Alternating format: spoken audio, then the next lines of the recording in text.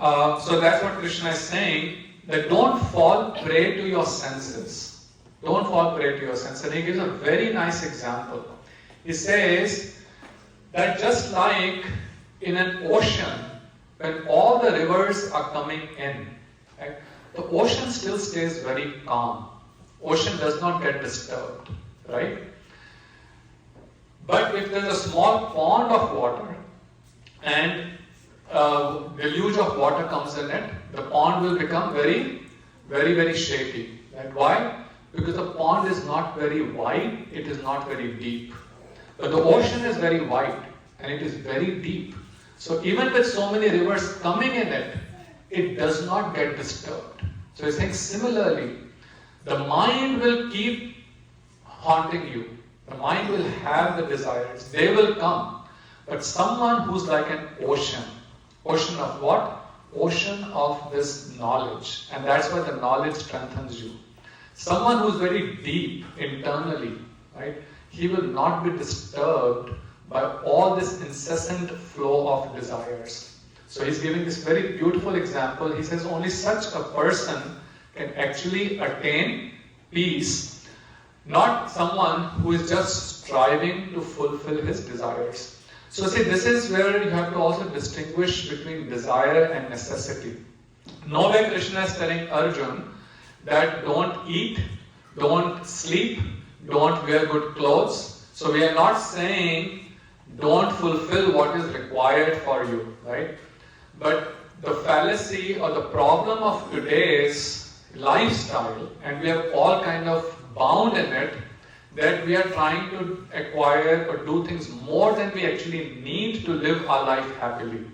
Much more, not just a little bit more, but much more than what is actually required. Now we can't change the world, right? But you can try and change yourself and start taking small steps. Start taking small steps. You know, nowadays there is this whole minimalism which is very popular in America.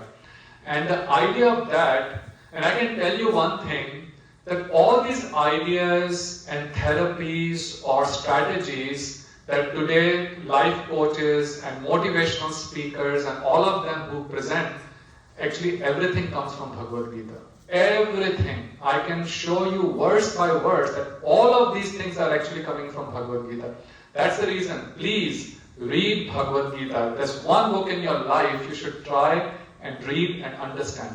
So the idea is not that don't take what you need, right? Have enough, but don't overdo it. So don't overindulge in things that only bring problems, right? So one of the companies I worked for before, and the owner of that company, they had sold a previous company for quite a bit money. And I was talking to one of them, and I said, she said, I'm like always very depressed. She would look very depressed. I said, what's happening? They had millions. I said, why are you always so fearful? Why are you depressed? And she said, I'm so fearful of losing everything that we have. Fearful of losing everything we have. And someone who doesn't have so much actually sleeps very peacefully. And you can see the problem with a lot of celebrities. I won't take their names. A lot of celebrities you will find have very hard time sleeping. They take sleeping pills. Some of them take injections, and they do all kind of things just to have a good night's sleep. Because the more you have, it doesn't make you happier. So what Krishna is saying, don't fall prey to your senses and overindulge in them. So, and similarly he gives another very beautiful example. He says, just like a tortoise, what does a tortoise does? When he sees some enemy, someone coming and attacking, or some perceives a danger, he withdraws his limbs inside. He withdraws his limbs. So he's saying, similarly, what you do, that when these things happen, right, withdraw yourself within. What does that mean? That try to be more inside focused than outside focused. Right? See, the Vedic culture is based on growth of your inner self. The Western, if we can call it a culture, It's based on growth of your external things. And that's where the problem comes. Internally, you can grow to any extent, and the more you grow internally, the more blissful you would be.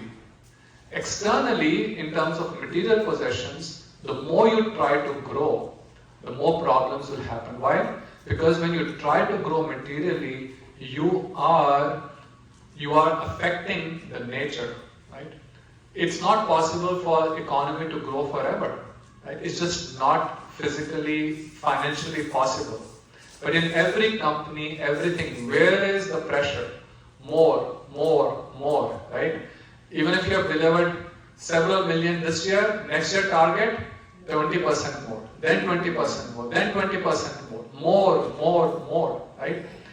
And that more actually is the cause of all our problems. And we are so caught up in this whole ideology of more and more that it's difficult to come out. But yes, we may not have a problem for the solution for the whole world, and you may have to live because you're working, but internally try to understand that it is the internal growth that I have to focus more on.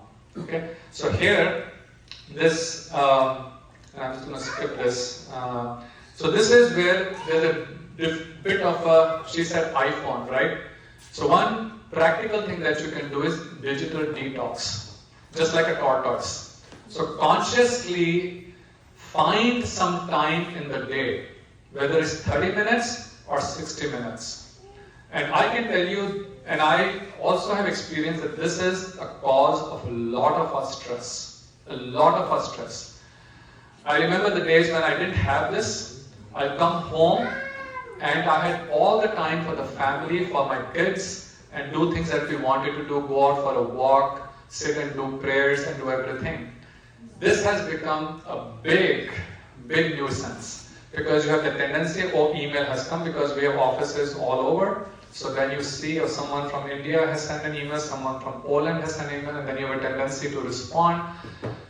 These things were not urgent a few years ago when I didn't have access to these emails. But now you have access to WhatsApp, so many things. The problem has happened that we are connecting to people outside the world.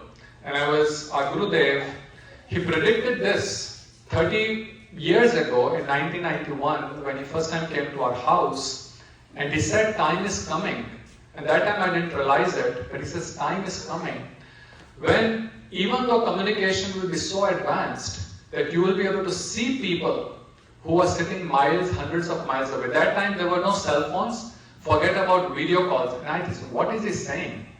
He said that you will be able to see people and communicate with people like this, but you will not communicate with the people who are sitting next to you. Right? And I see this. Actually, we were recently in India, and I saw in a room all the cousins, and I went into the room. Everyone was on the phone. When we were cousins, in our days, we will just play, we will joke around, we will have fights, we will have a lot of fun, right?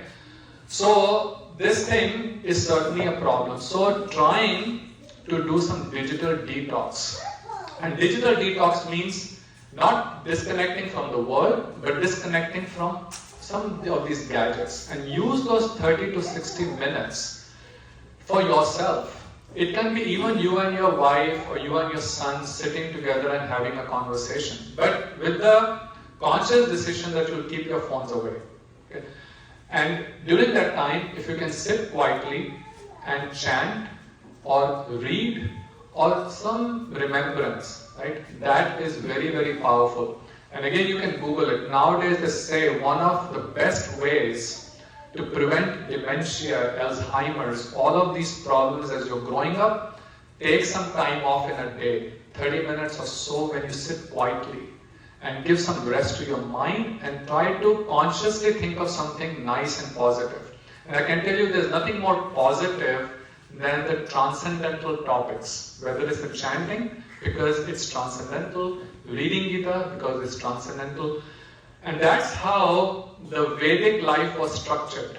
Right? You came in the evening from work, you sat together and prayed, then everyone read together from Ramayana, Ramcharitmanas, or Gita, they read together as a family for 30 minutes. And families were perfectly fine. Growing up, I don't know how many of you heard of stress. I did not hear of the word stress from anyone in our family, till of course, much later. It was much easier.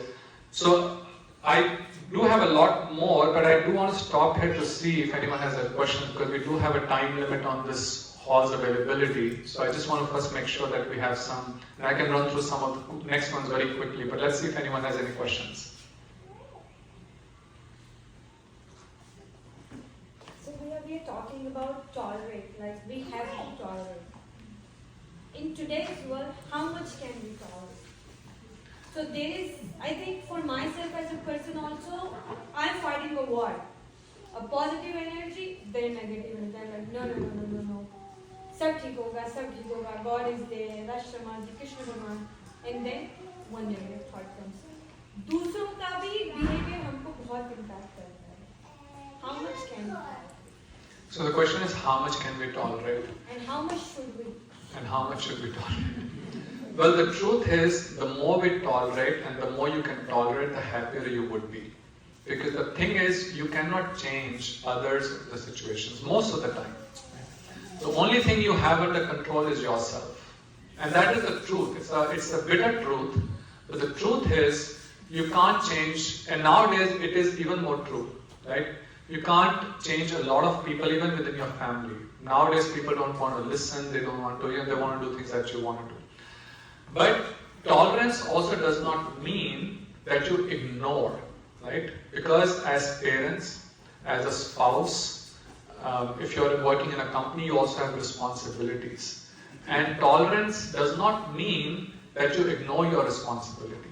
So if it is someone is actually doing something wrong, which is going to be harmful to them, you also don't want to tolerate. But that's where the communication is very important, right? How are you going to communicate to that person? And that's where if we do it out of that, when we are at this peak, you're going to just burst out, right? And I have seen that that's where the problem happens a lot of times. Let's say a child is doing something wrong, you're so angry, and then you go and smack him, and then it just spoils the relationship. You just give both some time, so you tolerate here, okay? Let the emotions calm down, but then go and have a conversation with them. Because ignoring where it is going to hurt someone else is also not right. So the point is, you should tolerate till things calm down, but don't tolerate that you just completely become indifferent. That is also not right. Right? So that's what Krishna is doing. Krishna is slowly nudging Arjuna along. So there are two things. One is Khandan and Mandan. So one is trying to someone strongly tell them this is bad, and then trying to say the same thing in a very sweet way. So this is an art of communication that you have to do. That how you do it, when to say it to someone, how to say it is very important. Most of the time the problem happens, we don't say the right thing at the right time. So is it a tolerate or accept? Both are different, right? So if you accept, there is no pain at all, right? So if you tolerate, there may be a pain, there may be some pain will be there. But if you accept, right, even though there is a pain, but you don't feel that, right? So it should be in the way it's accepted or tolerated. So good point. He's saying whether you should accept it or tolerate it. So basically, one who is able to accept it will tolerate, but not necessarily the other way, right? So end of the day, generally in the beginning, we don't have that mental strength to just accept it. But as you start learning to tolerate, slowly, you will come to the point where you will just accept it. This is the will of the Lord, right?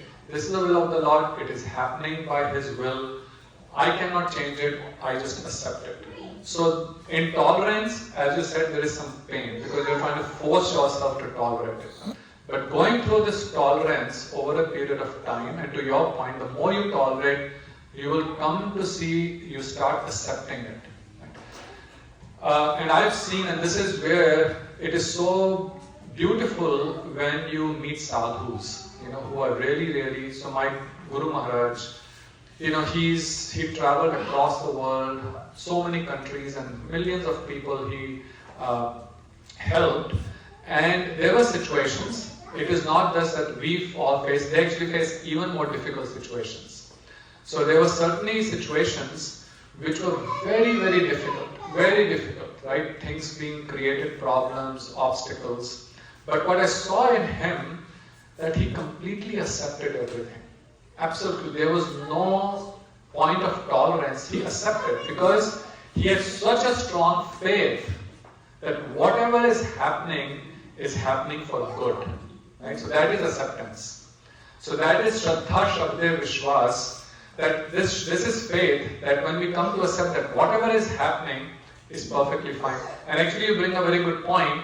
That's a very great life strategy. When someone falls into the water, why do they drown?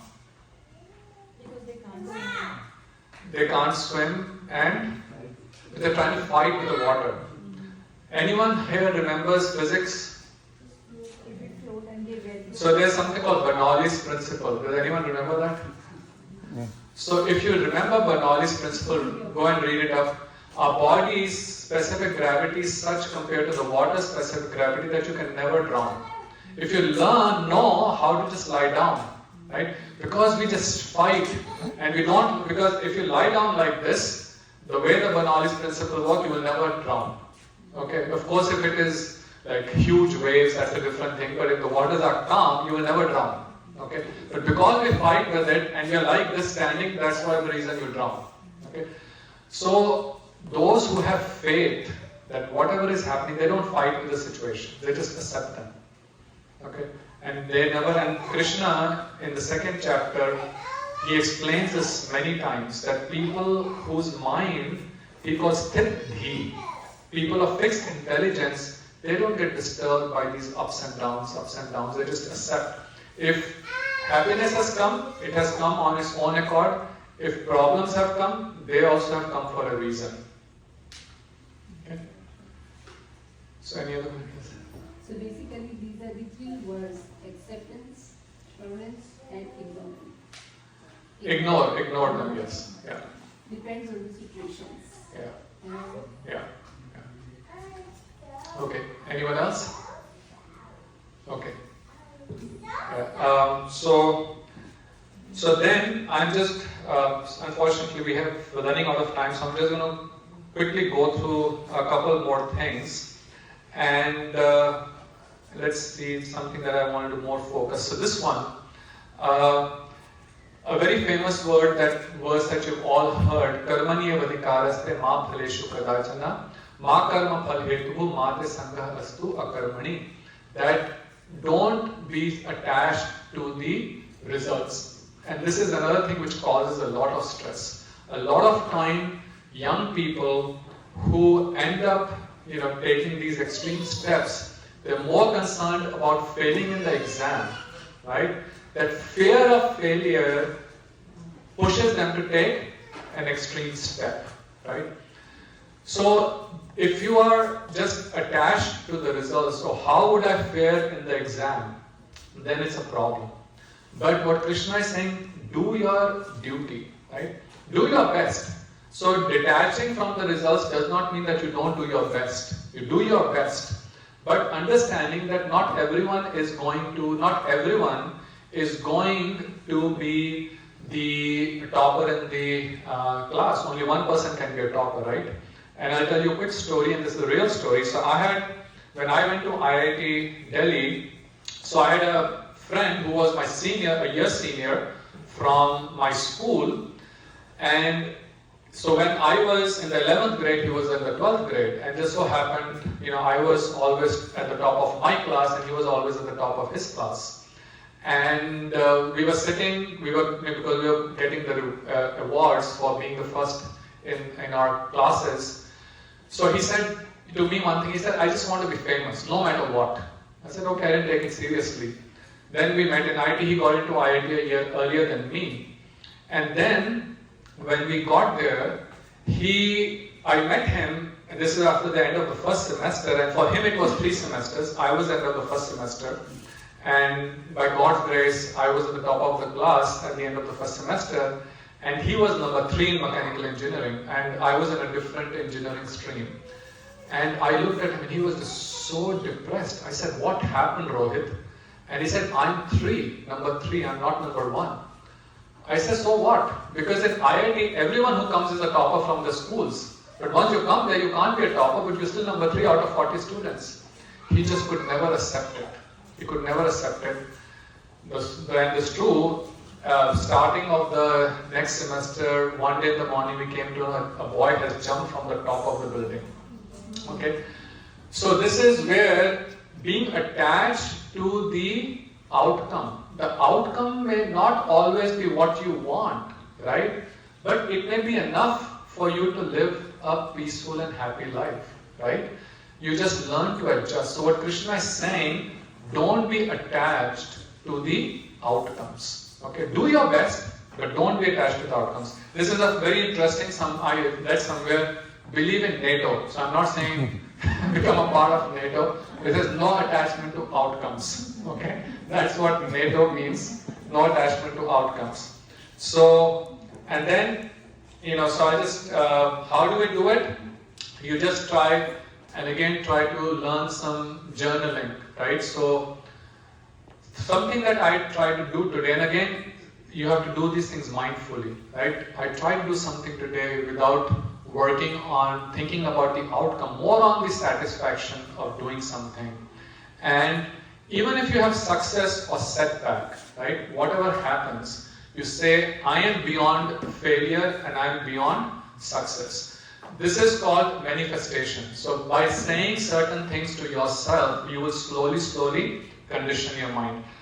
I'm sorry, but I'm just going to skip a lot of things now, and hopefully we'll have time in the future. But what I want to come is a couple other things before we leave. And this is where Krishna is telling Arjun to live a very balanced life. Okay? And he clearly tells to Arjun that if you eat too much or eat too less, if you sleep too much or sleep too less, both are bad. Right? So believe Krishna is not telling Arjun to renounce everything and become a yogi. He's saying become balanced in your life. Similarly, he says whether it's eating, whether it's recreation, whether balance, right? So one of the issue was work-life balance. He's saying, maintain that work-life balance. I know sometimes we don't do it, but I can tell you, this is also if you are smart, you can actually have work-life balance. I've seen a lot of times people at work that it is more their own desire to push ahead that work-life balance is thrown off. It's not many times that the employer is asking you to do it, but it is your own, desire or things to push ahead that you completely destroy your work-life balance. And I've seen many people, that is a time what you don't remember, that you are losing that precious time with your children, with your family, right? If you make $10,000 less or you don't get that one promotion, nothing is going to get lost. Nothing is going to get lost, right? But that time with the family and children will never come back again.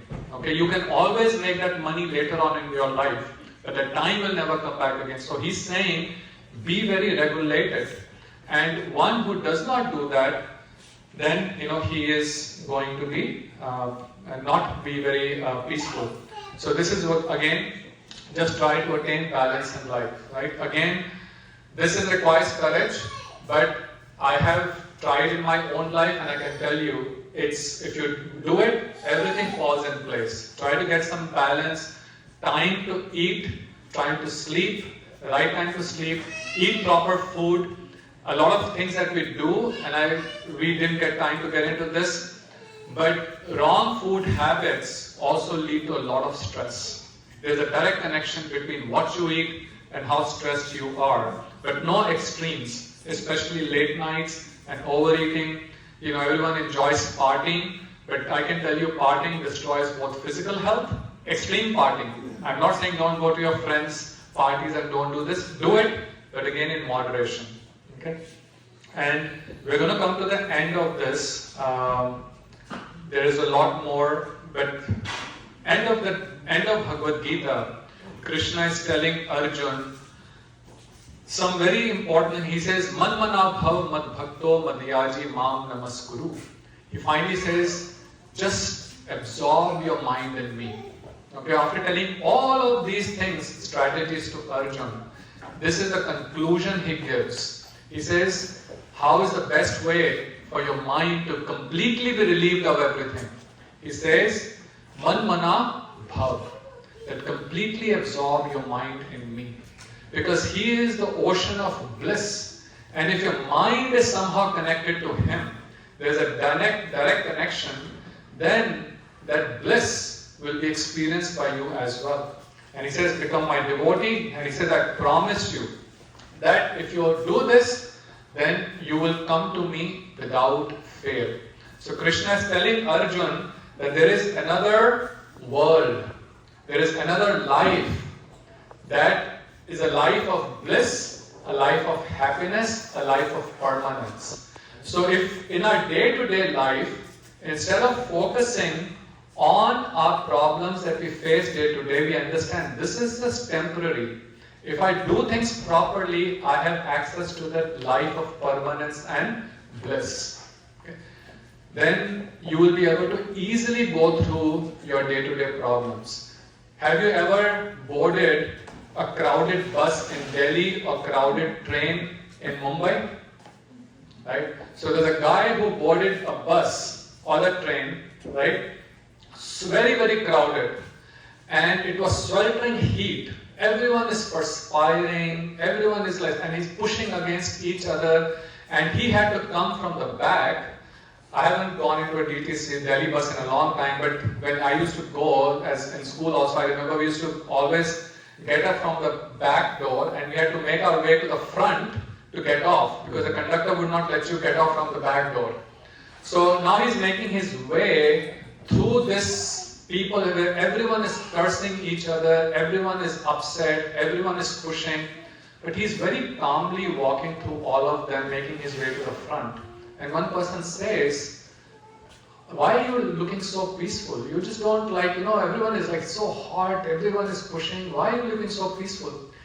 He said, well, this is, in 10 minutes, my bus stop is going to come, and I'm going to get off. And I'm going to go to my home, and there my wife will be waiting for me, and she will open the door with a nice smile. Hopefully that happens for most of you. And then she will have a fresh, cold juice for me. I will switch on the air conditioning. My child will come in my lap, and I'm going to have such a sweet time. So I'm just thinking of that. So this 10 minutes will pass. Ultimately, it's my home that I have to go to, right? So that's what Krishna is saying. Manmana bhav. If you remember that, and for that, you need to understand what that world is, what that world looks like, right? If you get that and you absorb your mind in me, then he says, this life will become very blissful and you will ultimately come to me. So how do we absorb our mind in Krishna? These are, Prahlad gives 9 different ways, but 3 that we do is mantra meditation, by chanting the holy names. Chanting the holy names is very, very powerful. Mantra means manah trayate yaha, that what delivers the mind. Mantra, tra means delivers, man means mind. So the mantra means that sound vibration that delivers the mind from its anxieties. Because these mantras are not physical. They are transcendental. There is a direct connection to that spiritual entity. So mantra meditation, and then hearing about the transcendental subjects. Okay? Because the more you hear, you start absorbing all of this. And then that's how the intelligence will become strengthened. And finally, remembering. So Prahlad says, Shravanam, Kirtanam, Vishnu Smaranam, Pada Sevanam, Archanam, Dasam, Sakhyam, Atma Nivedanam. He gives 9 different limbs of bhakti. But the first one, if nothing else can be done, so any names, holy names that you like, You can chant. We all chant the mantras Hare Krishna, Krishna Krishna, Hare Hare, Hare Ram, Ram Ram, Hare Hare. So try this out, sitting 5 minutes, 10 minutes at your home, quietly chant this. For 10 minutes, try to forget what is happening in the world. The world will not fall apart if you don't think about it for 10 minutes. And even the mind runs away, try to pull it back and try to focus it. And slowly, the mind will come under the control. Okay. So thank you everyone. Thanks for coming. Thank you everyone. So I do have, as you were saying,